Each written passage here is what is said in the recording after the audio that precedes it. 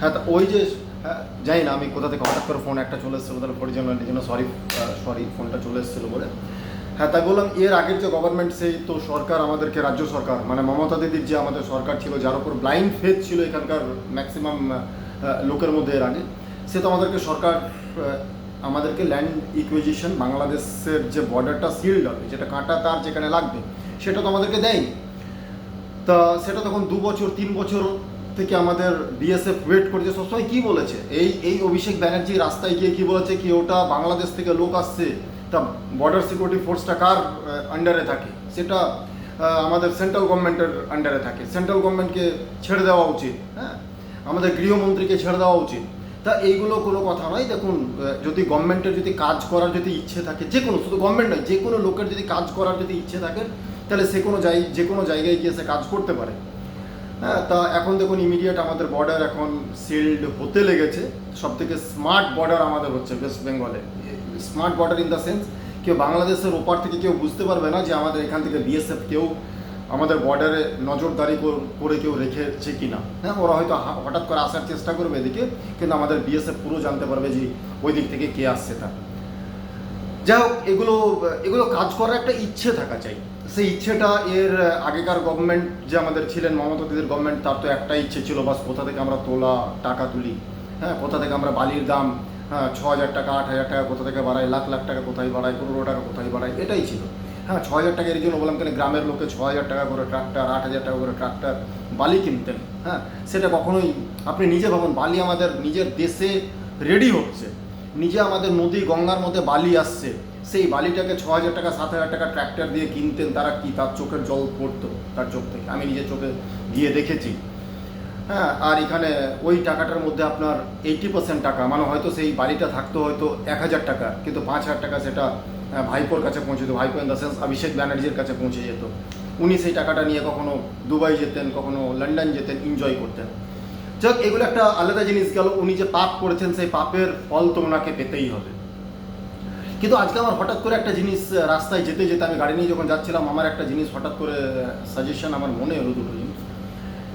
প্রথমে দুটো জিনিস মনে এলো আজকে আমার গাড়িতে চলতে চলতে। আমি কেমন করে আমাদের দেশটাকে উন্নতি, বা আমাদের রাজ্যটা তো 15-20 বছর পিছনে চলে গেছে, একে কেমন করে এখন একটা ভালো জায়গায় নিয়ে যাওয়া যায়।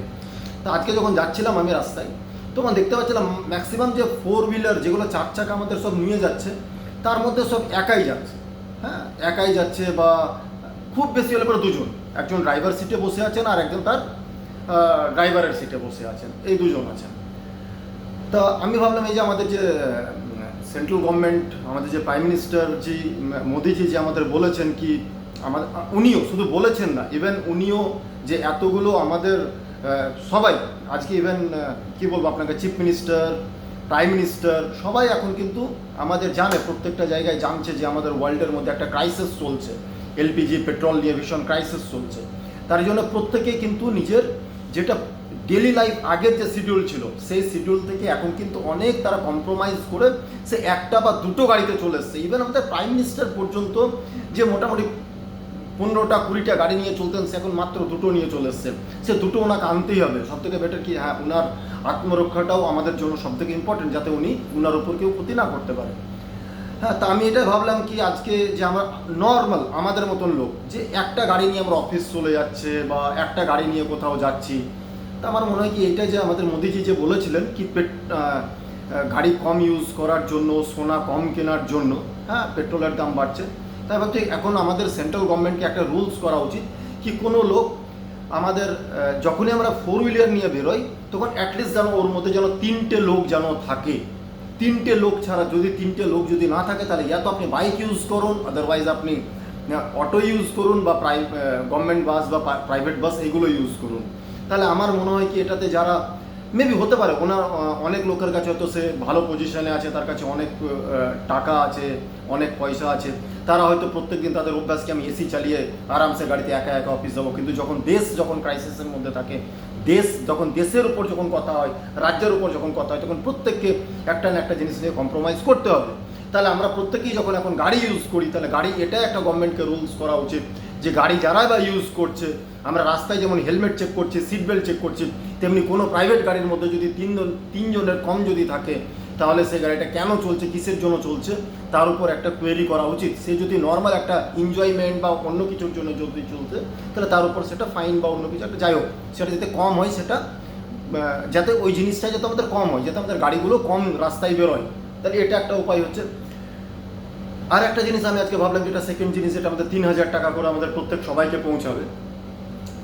সে 3,000 টাকা কেন, আপনি যদি 10,000 টাকাও যদি দিয়ে দেওয়া হয় প্রতিটা লোককে, তাহলে সেই কিন্তু যদি বসে থেকে যদি কেউ টাকাটা পায়, তাহলে সে টাকাটা মিসইউজ করবে আমার মনে হলো। তা কিচ্ছু না, সে টাকাটা ব্যাংকে জমা করুক, সে নিজের নামেই জমা করুক, কিন্তু তাকে অ্যাকচুয়ালি প্রত্যেক মাসের মধ্যে এই কৈফিয়তটা দিতে হবে, মানে এই এটা দিতে হবে আপনাকে, আমাদের সে ব্যাংকে দেখ বা আমাদের পোস্ট অফিসে দেখ বা কোথাও একটা রিটার্ন দেখ, যে আমি যে 3,000 টাকাটা পেয়েছিলাম, সেই 3,000 টাকার মধ্যে দেখুন আমি এই ব্যাংকে 1,500 টাকা জমিয়েছি, বা 500 টাকা আমি দুধ কিনতে খরচা করেছি, বা আমার এই বাড়ির রেন্টের মধ্যে বা এই জিনিসের মধ্যে আমি খরচা করেছি, বা আমি আমার ছেলেকে দিয়েছি, সেটা যাই হোক, জেনুইন হোক বা যাই হোক, কিন্তু যেটা এই অভ্যাসটা আস্তে আস্তে দাঁড়াক লোকের মধ্যে, যে খরচা করার পরে সেই খরচার হিসাবটা যেন দিতে থাকে। তাছাড়া ঠিক আগেকার সরকারের মতন হয়ে যাবে, যে গভর্নমেন্ট টাকা পাঠিয়েছে, সেই টাকা দেওয়ার পরে সে খরচার হিসাবটা দিতে পারছে না।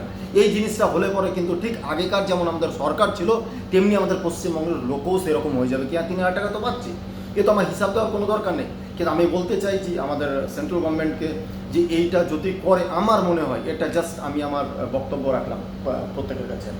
হ্যাঁ, তা প্লিজ দেখুন, এখন আমাদের একটাই সময়, যে যেটা পাস্ট হয়ে গেছে সেটা নিয়ে আর ভেবে কোনো লাভ নেই, সেটা আমরা অনেক পিছনে চলে গেছি। এখন আমাদেরকে এটাই ভাবতে হবে যে আমরা কেমন করে একটা ভালো জায়গায় পৌঁছাতে পারি, আমাদের রাজ্যটা কোথায় পৌঁছাতে পারে, আমাদের জায়গাটা যেন ভালো জায়গায় পৌঁছাতে পারে। থ্যাংক ইউ, ভালো থাকবেন, ঠিক আছে, আবার কথা হবে।